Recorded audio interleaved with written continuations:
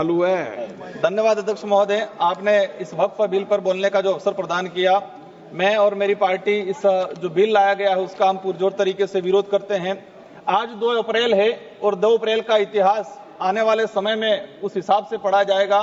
मैं पिछले 2018 की बात कहूंगा। 2 अप्रैल के दिन इस देश के अंदर एसटी/एससी कानून, एसटी/एससी एक्ट को लेके जो छेड़छाड़ी है उसको कमजोर करने की जो काम किया गया था, और 2 अप्रैल के दिन पूरे देश के अंदर एसटी/एससी ने आंदोलन किया था। उन जो शहीद हुए थे उस दौरान उन लोगों को भी मैं याद करना चाहूंगा। आज वही 2 अप्रैल के दिन, तो आने वाले समय में एसटी/एससी मुस्लिम अल्पसंख्यक के लिए यह काला दिवस के रूप में जाना जाएगा।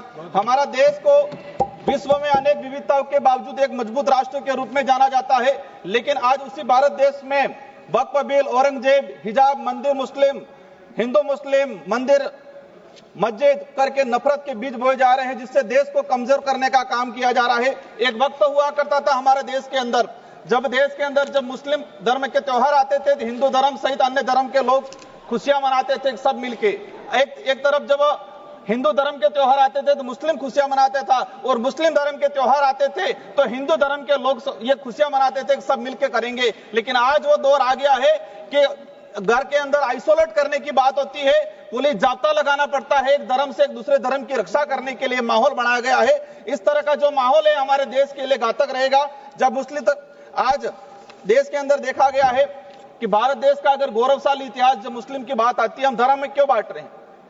इस इतिहास के अंदर मुस्लिम धर्म का भी बहुत सारा योगदान रहा है। मैं 2 उदाहरण बताना चाहूंगा। खानवा का युद्ध हुआ राणा सांगा के साथ हसन खां मेवाती लड़े थे, और उस युद्ध, खानवा के युद्ध में 12,000 मुस्लिम मारे गए थे। मैं उस धरती से आता हूं। महाराणा प्रताप की जो धरती है उसके सेनापति थे हकीम खां सूरी, दूसरे सेनापति थे राणा पूजा भील, जो आदिवासी समुदाय से आते थे। और उस दौरान देखा गया है कि हकीम खां सूरी और राणा पूजा महाराणा प्रताप के साथ जब खड़े थे तो महाराणा प्रताप के सगे भाई शक्ति सिंह और जगमाल अकबर के साथ खड़े रहे थे। वो दौर हुआ करता था।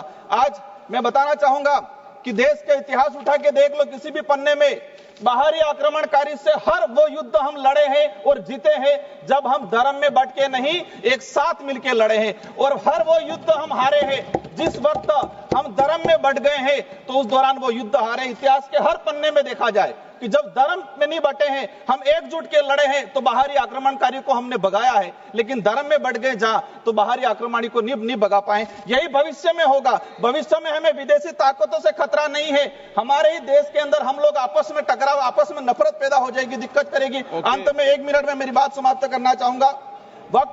वक्फ बिल किसी व्यक्ति द्वारा जिसका कोई वारिस नहीं हुआ करता था, वो दान दिया करता था समुदाय की भलाई के लिए। जो संपत्ति मुस्लिम समुदाय के धार्मिक सामाजिक कल्याण के लिए होती थी, आज आप सुनकर उसको व्यावसायीकरण किया जा रहा है। आज मुस्लिम को टारगेट किया जा रहा है, कल आदिवासी, दलित, ईसाई, गरीब हिंदू को भी उनकी धार्मिक जो संपत्तियां है उनको हड़पने का काम किया जा रहा है।